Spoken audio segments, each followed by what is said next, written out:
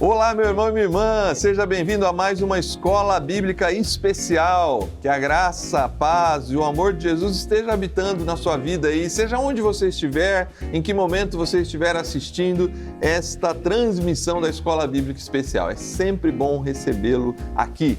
Hoje nós vamos conversar sobre os diferentes chamados. Nós queremos compreender as diferentes vocações que as pessoas têm a partir, inclusive, do reino de Deus. E a gente te convida a continuarmos nessa série de estudos sobre essa fase final da nossa série, as múltiplas formas daquilo que Deus tem concedido a cada um de nós. Nós convidamos você a ficar conosco aqui depois da vinheta para esse estudo.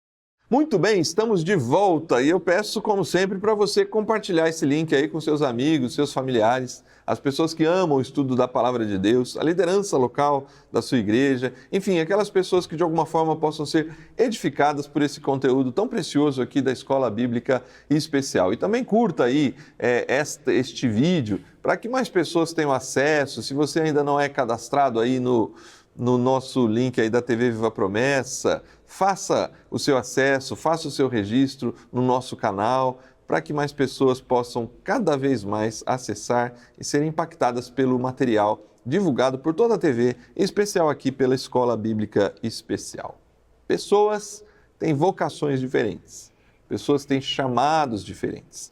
Se na semana passada nós conversávamos sobre os diferentes dons dados pelo Espírito, agora nós trazemos uma nova ênfase, a ênfase do chamado ministerial, da vocação que Deus tem para cada um de nós, e essas vocações têm, obviamente, diferenças, como compreenderemos no texto bíblico. Para isso, hoje nós estamos aqui com a presença do pastor Beto Soares. Pastor Beto, seja muito bem-vindo, é sempre um prazer recebê-lo aqui. E hoje juntos aqui para mais esse estudo da Escola Bíblica Especial. Seja bem-vindo. Prazer é meu, sempre bom estar aqui com vocês. Espero que a gente cresça um pouquinho mais com a nossa discussão aqui hoje. Amém. É bastante interessante ter você nesse tema de vocação e chamada, né? O teu próprio testemunho pessoal aponta para essa direção de vocações distintas, de um chamado muito específico de Deus. Hoje, especificamente num projeto de missão urbana, também no Movimento Radiação, né, que traz para a gente tantos desafios, né, mas tem bastante a ver com, talvez para abrir aqui, o texto base, né? Paulo vai dizer assim: logo ficou evidente que Deus me havia confiado a tarefa de pregar aos não-judeus a mesma mensagem pregada por Pedro aos judeus. Há uma ênfase aqui nesse chamado no público, né? Paulo chamado para gentios, né? Chamado para um tipo de público específico, e Pedro tem um chamado, parece que para um outro público, reconhecendo que Deus tinha me chamado.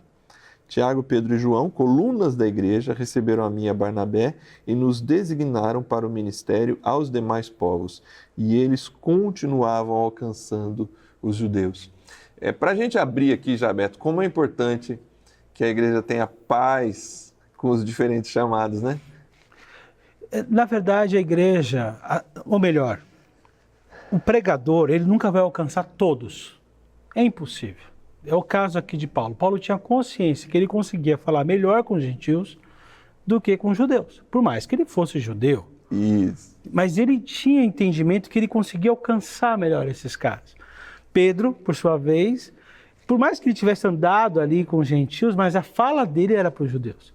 Então eu tenho que ter consciência que eu não consigo falar com todos. Por isso que a igreja precisa ter essa calma de entender que para alcançar todos, precisa ter múltiplos chamados. Isso. Tem com quem fale com o que mora no interior, com o que mora na capital, com o que fala com a geração Z, os millennials, com os baby boomers, enfim, tem vários tipos de pessoas que falam.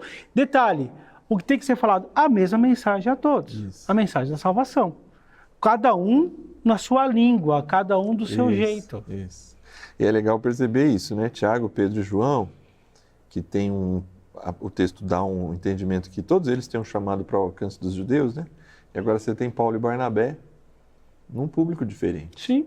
Que vai pregar numa cultura diferente e que vai ter que ter novas abordagens da mesma mensagem, Sim. mas nos contextos de Atenas, de Éfeso, da Galácia. Mas parece que houve paz. Eu penso que esse é um ponto importante, né? Paz no coração. Deus está agindo no ministério do Beto, no ministério do Júnior, Deus está agindo no ministério do pastor, que está lá entre os ribeirinhos, Sim. Lá no outro lado do mundo, que está na grande cidade, na pequena cidade. E ter consciência que eu não consigo falar com todo mundo. Vamos pegar o exemplo de Barnabé e Paulo. Eles estão lá em Antioquia. Barnabé é mandado para lá pelo concílio para ver o que estava acontecendo, porque antes de chegar, o que aconteceu?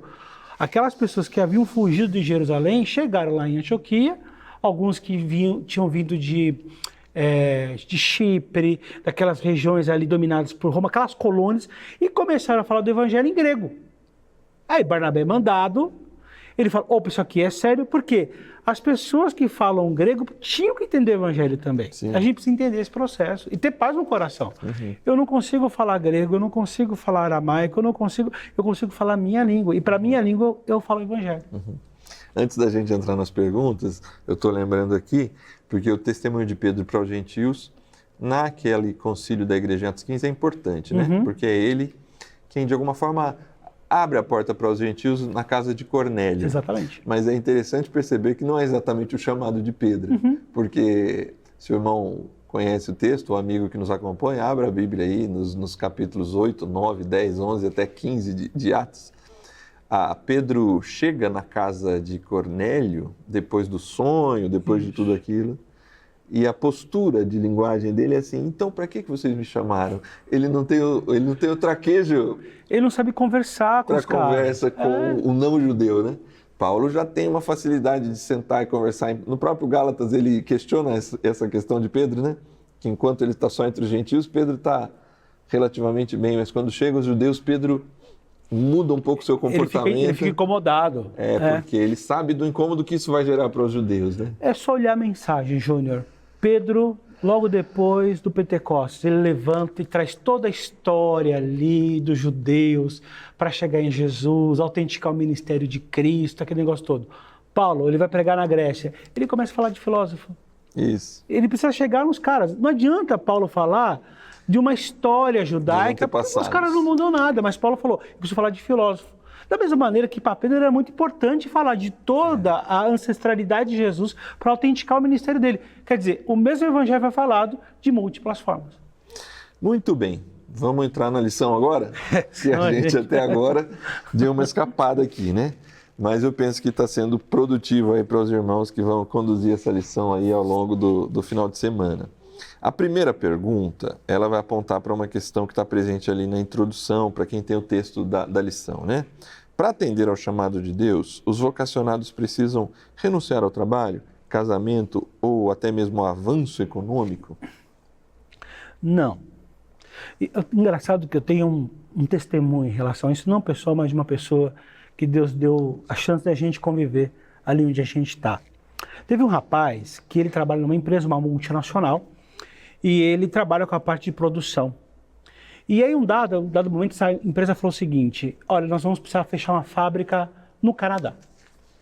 E ele falou, eu não posso deixar essa fábrica fechar, porque ele pensou, e as famílias que dependem? É naquelas cidadezinhas do Canadá que só tem aquilo para fazer. E o fato é que ele falou assim, não vamos fechar. Ele conversou lá com o CEO da empresa, o CEO da empresa falou, vamos lá, vamos ver se você consegue. E esse cara se dedicou a trabalhar e tal. A empresa não fechou, muito pelo contrário, ele descobriu que a árvore que crescia ali dava um tipo de produto que para ele era muito interessante na empresa dele, diferencial. Final da história. Ele entende hoje piamente que Deus mandou ele para aquela empresa para salvar os empregos daquelas pessoas. A vida. Isso é chamado. Sim. Eu usar aquilo que Deus me deu para proclamar o evangelho. Como que ele proclama o evangelho?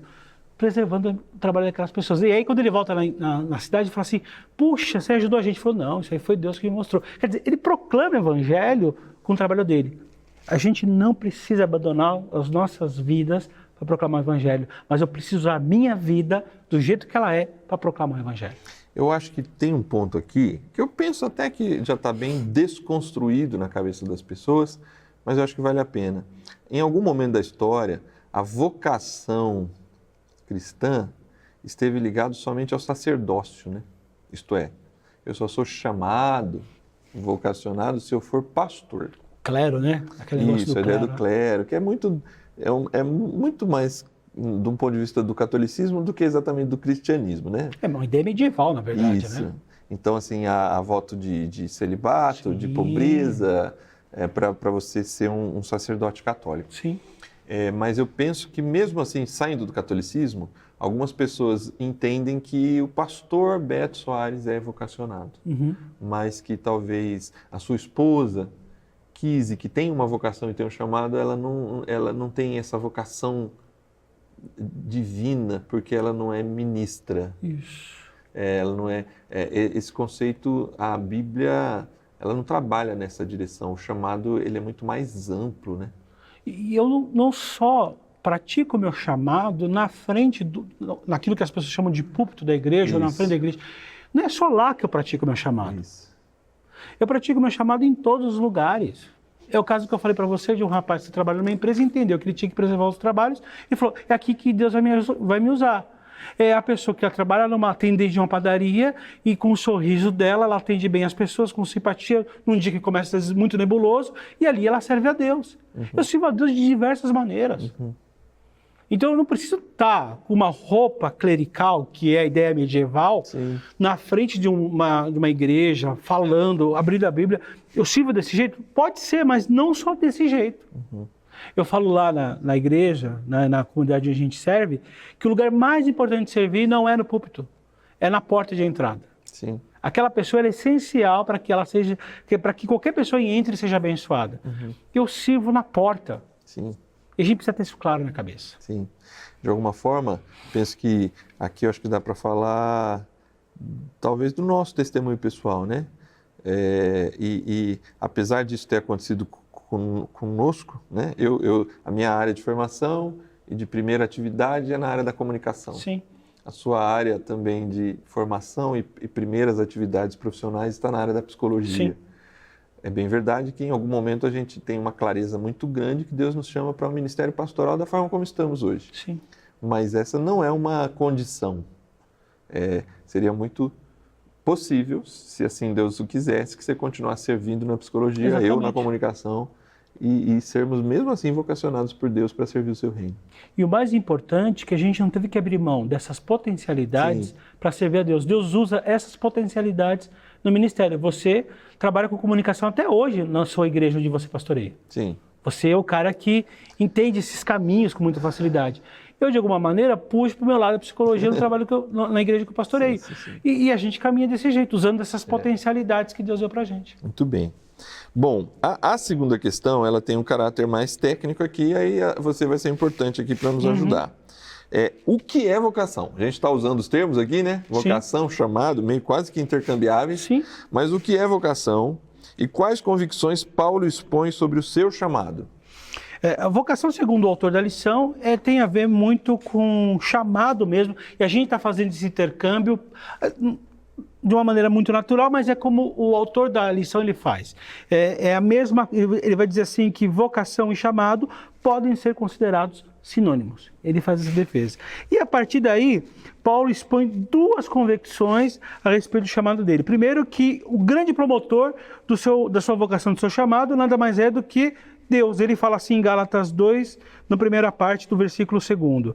Devido às ordens expressas de Deus para falar com os irmãos a respeito do Evangelho. Quem chamou ele foi Deus. Ele tem clareza em relação a isso. E o segundo ponto que ele deixa muito claro aí é o mérito da vocação. E lá também em Gálatas 2, no versículo 8, ele fala assim: pois pelo poder de Deus fui feito apóstolo para anunciar o Evangelho aos não-judeus. Então ele tem clareza de quem chama e a forma como ele é chamado nesse processo. Então, eu penso que a clareza do chamado, eu andei pesquisando sobre o tema. No mundo empresarial, o chamado é é algo que nasce dentro, é uma convicção interna. Esse chamado, para quem parte do pressuposto ou da não existência de Deus ou que Deus não tem relação com o chamado, ela é uma convicção interna, ela nasce dentro de você, quase que um auto-chamado dos seus dons, dos seus talentos, etc. A compreensão bíblica, ela aponta que o chamado é externo, né? Sim. Deus é quem chama. Mas vamos pensar. Tá. No meu caso, Certo. eu tenho convicção que o meu chamado para vir para a vida pastoral, abrir mão daquilo que eu fazia, veio da parte de Deus. Detalhe, eu estava dentro de um ambiente acadêmico, estava vivendo isso. E foi lá dentro de um ambiente acadêmico, dentro de uma universidade, foi que Deus me chamou. E eu tenho convicção clara que foi que Deus que me chamou. Ao ponto de abrir mão da minha vida e hoje está muito bem resolvido com a minha vida e sabendo que eu estou fazendo aquilo que eu nasci para fazer. Então, detalhe, Deus chama, mas aquilo vem de dentro. Sim. As duas coisas são contempladas. Tá. Vem de dentro, mas não vem de mim, vem de Deus. Penso que esse é um bom caminho para a gente pensar em relação ao chamado. Essa tua fala me faz de novo pedir aí a ajuda do teu testemunho pessoal, porque eu acho que, óbvio, guardadas as proporções também, eu me sinto assim, né? Há uma insegurança, por vezes, né? Quando a gente aceita o chamado de Deus. No nosso caso é pastoral, né? Mas muitas pessoas, assim, essa pessoa que vai lá e vai salvar o emprego das pessoas, esse que você citou. Outras pessoas conseguem ter essa compreensão de que aquilo que eles fazem, há uma compreensão de que Deus está agindo a partir daquilo. Não é o fato de ter essa convicção não nos tira alguns sofrimentos e dores internas, dúvidas, choros, mas eu acho que é um testemunho de todo mundo que tem clareza do seu chamado, por mais que haja obstáculos. Há uma paz interior, né? Sim. Uma convicção de que eu estou no lugar certo, Sim. fazendo aquilo para o qual fui chamado. Que sai de uma outra convicção de que eu vivo para servir a Deus. Essa convicção vem do momento que eu olho para Cristo, Ele é meu Salvador e eu falo, agora eu preciso viver por Ele, para fazer com que mais pessoas entendam essa verdade que eu entendi. Quando eu entendo essa verdade, essa convicção, eu me coloco a serviço dele. E aí, em relação ao trabalho, que é uma coisa que a gente está usando aqui, eu sei que eu preciso trabalhar agora não para o meu próprio bem, é claro, eu trabalho para me sustentar, mas aquele meu trabalho precisa ser usado para a graça do Senhor. E lá no Radiação em Sorocaba, num estudo sobre trabalho, umas pessoas que estão com a gente lá falou o seguinte, eu entendo hoje que o meu trabalho não é só para eu ganhar dinheiro, mas a partir do momento que eu faço o meu trabalho bem feito, eu abençoo pessoas porque eu preciso ser instrumento de Deus para abençoar pessoas. Aí é o ponto. Esse é o ponto. Porque vem da onde? Vem da minha convicção em relação àquilo que Deus me chamou para ser filho dele e a partir daí mostrar o evangelho através da minha vida. E abençoar pessoas é um negócio muito amplo, né? É muito amplo. A redenção ela é ampla, né? Mas Sim. não é o nosso tema teológico aqui, né? Mas você me fez lembrar de Lutero, quando ele, num dos seus livros, ele fala assim, o sapateiro não glorifica a Deus ao escrever na sola do sapato, só lhe deu glória, ou coisa que o valha. O sapateiro glorifica a Deus fazendo um sapato de tal conforto e tal excelência que abençoe quem vai utilizar o sapato, né? Sim. Esse é o chamado cristão. É assim que Jesus nos chama. E aí eu tenho... É o caso que eu falei agora da atendente que atende bem no balcão da padaria. Se essa pessoa souber dar um bom dia, com um sorriso no rosto, para uma pessoa que teve uma má noite, ou não dormiu, e está lá pensando um dia, bom dia e tal, e ela é um servo de Deus, aquele sorriso vai mostrar um pouco do sorriso de Cristo para aquela pessoa. Aí já está o testemunho elaborado. Ela não precisa falar de Deus para mostrar Deus. Ela mostra Deus com um sorriso. Muito bom. Essa compreensão, se ela alcançasse e pudesse nos alcançar mais e mais nas igrejas locais, mudaríamos o mundo. Muda, né? Muda o mundo. Porque esse senso de serviço tira da gente orgulho, diminui o nível de reclamação, né? Sim. Porque a gente tem essa compreensão que a gente está ali para servir. Eu me encaixo na engrenagem. Isso. Eu não vejo mais o mecanismo de fora, mas eu entro no mecanismo como uma engrenagem que faz aquilo funcionar. Muito bom. Bom, na pergunta de número 3, baseado no item 2, na carta aos Gálatas, o capítulo 2, alguns versos aqui, e 1 Coríntios 12, 6. A ideia que o autor pede aqui para a gente é comentar sobre a realidade das múltiplas formas no chamado dos cristãos. A gente falou bastante aqui, mas acho que agora a gente precisa tocar nesse ponto até certo modo espinhoso, né? É isso mesmo? Há múltiplos chamados? É o caso aqui, está sendo falado aqui por Paulo. Tem um BOzinho aqui, em Gálatas 2, que é a respeito da circuncisão. Certo. A igreja, alguns irmãos, não vão dizer a igreja, queriam que aqueles que estavam aceitando a Cristo fossem circuncidados, que é uma tradição judaica. Até hoje eles têm isso, que tem a ver com a criança, enfim, de fazer uma pequena cisão ali no prepúcio. Só que a questão é o seguinte, Paulo não estava pregando para judeus, ele estava pregando para gregos. E aí ele traz a ideia para nós que o próprio Tito não é circuncidado, que é um outro presbítero da igreja, mostrando que isso não é necessário. Então, o que a gente prega é a circuncisão, o evangelho é o evangelho. Então, eu tenho múltiplas formas de pregar, mas eu não preciso pegar em coisas culturais para pregar o evangelho. E aí é um ponto espinhoso, porque a gente confunde cultura com evangelho. A gente acha que só o jeito A é o que vai fazer com que a pessoa entenda a salvação, mas tem jeito A, B, C, D, E, F... O evangelho é o mesmo. O evangelho é o mesmo. A palavra é a mesma. Não muda. Só que eu tenho que pregar em grego, eu tenho que pregar em aramaico, eu tenho que pregar em inglês, em espanhol. Vamos pegar, eu não tenho como pregar o evangelho na cidade de Sorocaba, onde eu estou, da mesma maneira que se prega em Tuntum, no Maranhão. Sim. Eu estou falando da mesma língua. Vou piorar. Não tem como pregar o evangelho em Sorocaba da mesma maneira que se prega lá em Barcelona, na Espanha. Não dá para você, não pode você pregar o evangelho igual eu prego em Campinas. Exatamente. É uma situação muito mais próxima. Muito próxima. A gente compartilha algumas ideias filosóficas em relação à pregação do evangelho, mas não é igual. Sim. Por abordagens, por contexto, pelas pessoas, pela sua ênfase ministerial e pela minha ênfase ministerial. E detalhe, o público que você alcança não é o mesmo público que eu alcanço. Sim. E graças a Deus, é o que eu falo, eu louvo a Deus que na cidade de Sorocaba, por exemplo, contando com Radiação Sorocaba, somos 3 igrejas. E cada igreja alcança um público diferente. Sim. Eu tenho consciência que a igreja na qual eu pastorei não vai alcançar todos de Sorocaba. Mas graças a Deus que tem uma igreja lá que alcança pessoas que eu não alcanço. E tem uma terceira igreja que alcança pessoas que nenhuma das outras 2 alcançam. E dessa maneira o evangelho vai sendo pregado a todas as pessoas. Paulo, ele chega a falar a partir do seu próprio ministério, né? Paulo, ele é muito múltiplas formas, né? Ele mesmo, né? Ele é muito capaz, né? Muito dotado por Deus. Mas ele chega a dizer aquelas expressões que vai aparecer nesses estudos aqui de múltiplas formas, né? Fiz-me de fraco para com os fracos, forte para com os fortes, fiz-me de tudo para com todos, para salvar alguns.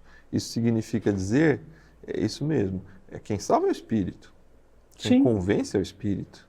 A salvação está em Jesus, não está Exatamente. em nenhum de nós, e nem naquilo que a gente, exatamente naquilo que a gente prega, né? Eu vi a frase, se eu não me engano, hoje já dá para, infelizmente a gente já diz assim, né, do saudoso Tim Keller. Ontem eu estava vendo uma postagem nos links dele lá, que não é a força da nossa fé que nos salva, mas o objeto da nossa fé é o que nos salva. Exatamente. É a relação com Cristo Jesus.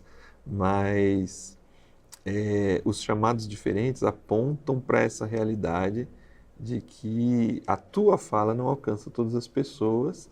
Na verdade, nenhum de nós alcança todas as pessoas. A nossa linguagem, a nossa maneira de falar, a nossa ênfase ministerial vai alcançar um determinado tipo de pessoa que Deus vai usar esse ministério para salvar. Por isso que não faz sentido a ideia de competição dentro da proclamação do Evangelho. E nem de uniformidade. E nem de comparação. Sim. Olha, você alcançou mais pessoas que eu. Não é isso. As pessoas que você alcança, é você que vai alcançar.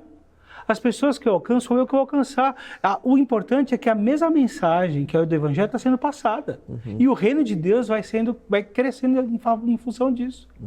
Então, se a gente tem essa noção clara, que é de múltiplas formas que o Evangelho é transmitido, a gente louva a Deus pelo jeito como que ele tem feito isso. No 12:6, tem uma informação importante no 1 Coríntios 12:6, né? A diversidade de realizações. Sim.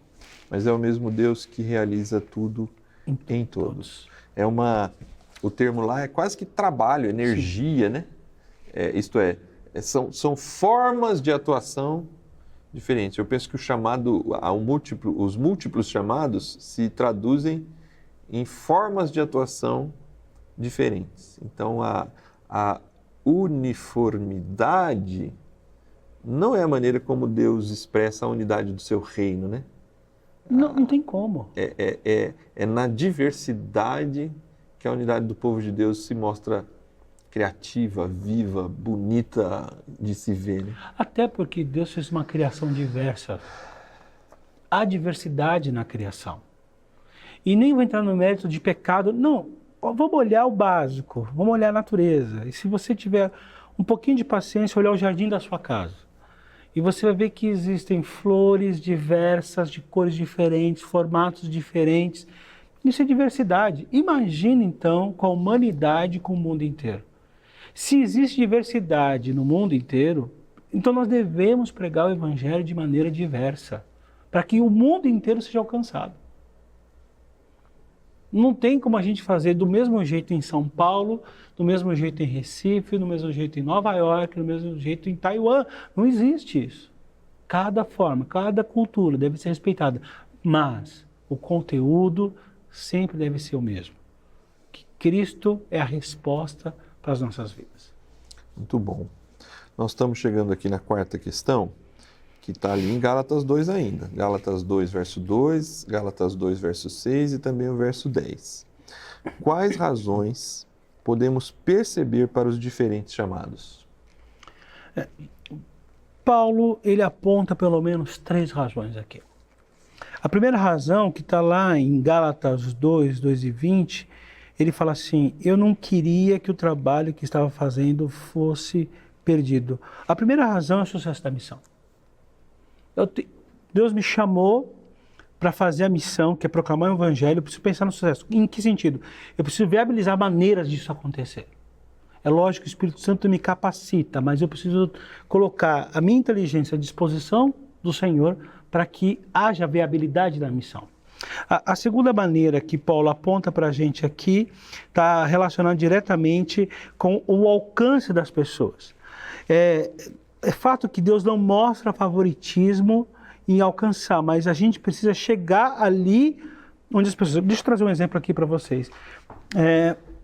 Uma igreja que está no centro da cidade, ela alcança as pessoas no centro da cidade. Ela tem que ser eclética a esse ponto. Só que ela não alcança a periferia. Por isso que é importante igreja na periferia, para alcançar as pessoas naquela realidade da periferia. Então, pensando nisso, eu tenho que olhar para isso das múltiplas formas. E um último fator aqui são as múltiplas vocações da igreja. E em Gálatas 2:10 tem um exemplo que é: somente pediram que nos lembrássemos dos pobres e o que fui diligente fazer. A igreja atender também, não só proclamar, mas levar aquelas pessoas um pouco de solidariedade. E nesse ponto eu sou muito suspeito em falar, porque eu entendo que uma das alicerces da igreja é a solidariedade. A gente precisa fazer, porque se o meu Jesus alimentou pessoas, se o meu Jesus se preocupou com os famintos, eu devo me preocupar também. Uhum. Isso também é uma das formas de eu proclamar o Evangelho. Não existe só um jeito tem muita gente que acha que é só ali na liturgia do culto que eu proclamo Jesus. Mas Paulo está mostrando para a gente que, alcançando pobres, levando pão para eles, eu também levo Cristo para eles. Então são essas 3 razões que Paulo traz aqui nesse texto. Então vamos lá, eu acho que é importante resumir e reforçar aqui com o nosso estudante. Primeira razão, o sucesso da missão. Sucesso. Parece que há uma compreensão em Paulo desse lugar da missão, né? O trabalho não pode ser perdido, a missão precisa ser bem feita, e isso vai significar múltiplas atuações. E não pode deixar o Deus dará. Isso. Eu tenho atuação, eu tenho função nesse sucesso da missão. Eu tenho que ter entendimento. Por isso que a gente precisa fazer hoje uma missão planejada, pensada, bonitinha. Por isso que na ideia da plantação, o foco não é uma cópia, Não, né? é uma análise. Isso, então assim, talvez antigamente a gente tinha uma linguagem que é assim, vamos abrir uma congregação ali no outro bairro. E a gente vai levar toda essa cultura Exatamente. local aqui e simplesmente reproduzir como cópia aquela cultura lá. Esse tem sido um ponto, é importante você que está nos acompanhando, esse por vezes é um ponto de tensão, né? Porque parece que ao não reproduzir essa cultura, nós não estamos reproduzindo os valores do reino de Deus, Exatamente. a questão bíblica, e não é o caso. A questão bíblica, a palavra de Deus não se discute, o Evangelho, nós só temos um conteúdo. Mas agora, essa igreja vai para um outro bairro. Se analisarmos o que Paulo está dizendo aqui, da finalidade das vocações, se a primeira referência e perspectiva e preocupação é o sucesso da missão, eu não posso só copiar. Eu preciso entender para quem eu vou pregar, como eu vou fazer isso. Sabe por quê, Júnior? Porque as perguntas que as pessoas fazem, elas são diferentes. Por exemplo, a pergunta no local A é de um jeito. Vamos pensar que nesse local A seja o local onde você tem famílias, pessoas recém-casadas, com filhos pequenos. Então as perguntas ali estão relacionadas a esse momento da família, a perspectiva dos filhos. Então como que eu respondo essas perguntas? Está aqui. Eu olho para a palavra, olho para o Evangelho, respondo as perguntas. No lugar B, eu já tenho lidado ali com universitários. Pessoas num outro momento da vida deles, onde o olhar deles está envolvido com o sucesso de profissão, perspectivas em relação a isso. Eles têm perguntas com isso, mas onde eu respondo as perguntas? Na palavra. Então, não tem como levar as perguntas do A para o B, porque não faz sentido. Por isso que eu preciso prestar atenção. O sucesso da missão é eu entender as perguntas que estão sendo feitas.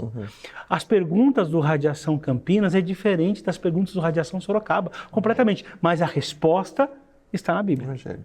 Não tem conversa, está no Evangelho. Cristo é a resposta. E eu tenho que mostrar, gente, está vendo essas perguntas? As respostas de vocês estão aqui. Só que as pessoas precisam entender que as perguntas que elas fazem são as respostas que elas estão tendo na igreja. Esse é o ponto das múltiplas formas e esse é o ponto do sucesso. Eu ouvir as perguntas e respondê-las com base no Evangelho. Pensando nesse primeiro ponto, pensando inclusive também no chamado, aí é um ponto importante também, é que não é que tem a pessoa certa para o lugar certo como se ela fosse única, mas a ênfase ministerial, ela precisa responder a esse sucesso da missão, né? Sim. Isto não adianta, por vezes, colocar um pastor, uma liderança, um grupo que não consiga ter diálogo com aquele público universitário ou de uma periferia da cidade, que não haja essas pontes de conexão, né? Talvez não é que o pastor ou aquele grupo não saiba fazer o trabalho, é que talvez não é a ênfase ministerial para estar naquele lugar. É a demanda da igreja de Antioquia. Eles sabiam que eles precisavam falar em grego. Quem que foi falar em grego? O pessoal que vem de Chipre, o pessoal da Cirineia, que é o pessoal que manjava da língua. Não foram os judeus nascidos em Jerusalém. Mas as perguntas estavam sendo feitas em grego. Mas onde veio a resposta? Veio do Evangelho. E aí fala o texto lá em Atos, que a partir daquele momento, muitos se converteram ao Evangelho de Jesus Cristo. Muito bom. Então, sucesso da missão ao alcance das pessoas. Sim. Então, a gente já veio falando disso, né? Mas, então, é óbvio que tudo é para a glória de Deus? Sim. É óbvio que a liturgia, a ação da igreja, ela tem como ênfase principal a glória de Deus, mas não na missão, não é que você tem um compromisso com as pessoas, mas o compromisso com a missão é tão alto que esse alcance das pessoas, pensar seriamente na forma, no jeito, nas palavras, nas músicas, na forma de receber as pessoas, as pessoas têm uma importância. E detalhe, isso muda com o tempo. Também. Eu tenho não só o local, mas eu tenho que olhar a temporalidade. Eu não posso querer fazer o que eu faço hoje, em 2024, da mesma maneira que eu fazia em 2000. Da mesma maneira que eu fazia em 1990. Porque as gerações estão mudando. É uma coisa que a gente discute sempre. Geração X, geração Z, millennials.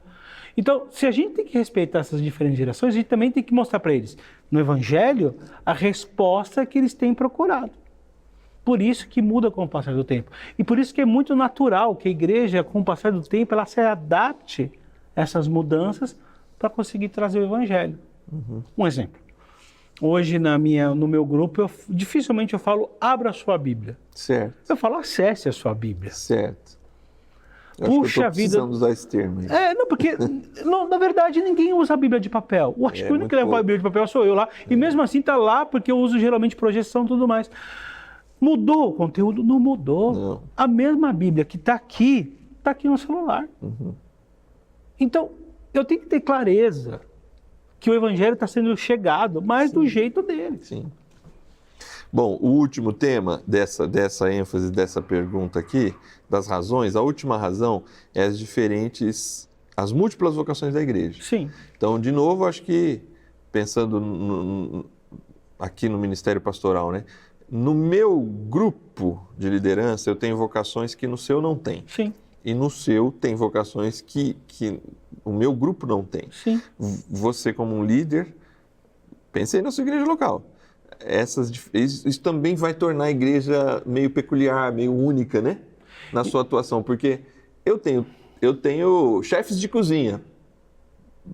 Você talvez não tenha. Exato. Então eu uso essa vocação de alguém que glorifica a Deus por meio da comida de uma forma. Você tem outros talentos, outras vocações, e isso, a vocação da igreja,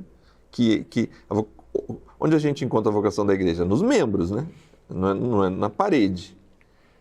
Vai direcionar a igreja para uma atuação, né? É o DNA da igreja. Isso, boa. Tem igrejas que têm o DNA do serviço. Irmãos, o que a gente precisa fazer aqui, um grande almoço, antes de você terminar a palavra almoço, todo mundo já sabe o que vai fazer. O DNA do serviço. Mas tem igrejas que têm o DNA do som, da música.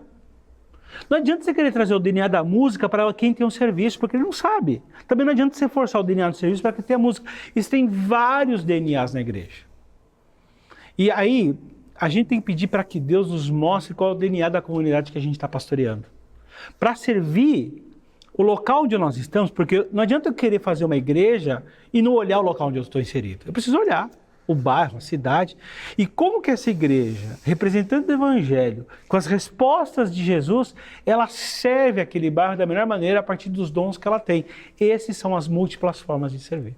Muito bom, Beto. Muito obrigado. A gente está chegando praticamente ao final aqui. Para a gente caminhar para o encerramento, 2 aplicações que a lição apresenta. Eu acho interessante a forma como ela está construída, né? Elas estão construídas. Tenha convicção para servir ao propósito de Deus no mundo. Interessante perceber que esse chamado cristão, ele vai ter uma atuação no mundo, né? Eu gosto da primeira frase do autor. O que faz o seu coração vibrar? Não adianta. A gente não vai servir com excelência se o nosso coração não vibrar. E muitas vezes nós temos tentado servir em coisas que o coração não vibra. Porque a gente acha que é bonito, é porque eu li num livro, é porque o Júnior faz, é porque o Beto faz, mas aquilo não vibra o coração. Mas como que eu sei com aquilo que o meu coração vibra, aquilo que eu quero fazer, porque na verdade, meu coração vibra nada mais é do que a convicção que eu tenho de servir a Deus ali.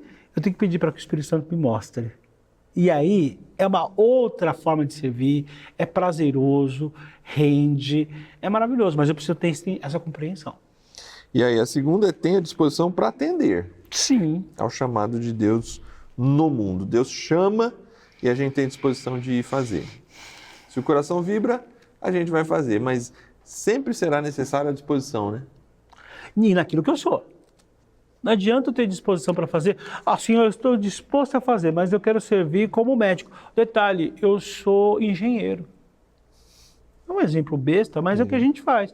Deixa eu trazer um exemplo mais real. Senhor, eu quero servir como um grande pregador do Evangelho, só que eu sou tímido, eu não consigo falar e mando muito bem para receber pessoas. Então, eu tenho que saber que eu estou sendo chamado naquilo que Deus me deu potencialidade para fazer. Muito bem.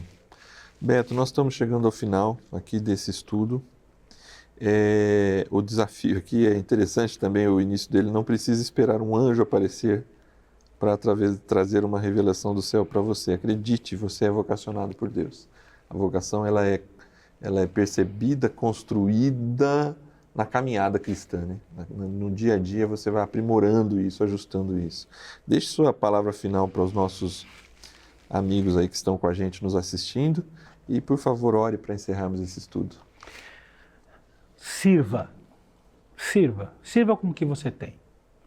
Entregue para Deus, faça um propósito, Senhor, eu quero lhe entregar tudo que eu tenho. E tudo que você tem é a sua vocação, é a sua capacidade, é o seu jeito. Sirva. Não espere que Deus venha te mudar para você servir, não. É isso que você tem. E se todos nós nos colocarmos para servir, com certeza o mundo mudará. O seu bairro mudará, a sua cidade mudará. Ah, minha igreja não é igual àquela igreja que eu vislumbro. Já perguntou para Deus que igreja que Ele quer para você? Que igreja que Ele quer naquele local onde ela está? Talvez seja essa igreja que Deus te colocou para servir. Então, sirva com todo o coração. Vamos orar. Pai, obrigado porque o Senhor nos chama. Chama a todos. E no teu chamado, a gente escuta e nos colocamos à disposição e queremos, a partir daí, Senhor, junto contigo, fazer parte desse momento, desse movimento de transformação. Ajuda-nos, Senhor, eis-me aqui. Eu sei que de mim não há nada, mas me coloco à tua disposição, Cristo, para que o Senhor me use. Espírito Santo, use a minha vida, naquilo que eu tenho, naquilo que eu sou, para que o Evangelho seja transmitido através da minha existência na vida das pessoas. E dê condições de compreensão do meio onde estou, de compreender as pessoas com quem eu convivo, para que o Evangelho seja transmitido da maneira mais eficaz possível. Obrigado, Pai, por ter me chamado. Em nome de Jesus. Amém. Amém. Obrigado, Beto, Amém. pela sua participação. Obrigado você que está em casa, que está nos acompanhando até agora. É um privilégio ter você sempre aqui com a gente. E na semana que vem a gente vai continuar na compreensão das múltiplas formas a partir dos múltiplos contextos. E a gente espera você para continuar esse estudo dessa série de lições Um Povo, Uma Missão em Múltiplas Formas. Eu espero você, estaremos juntos. Até lá, que Deus te abençoe.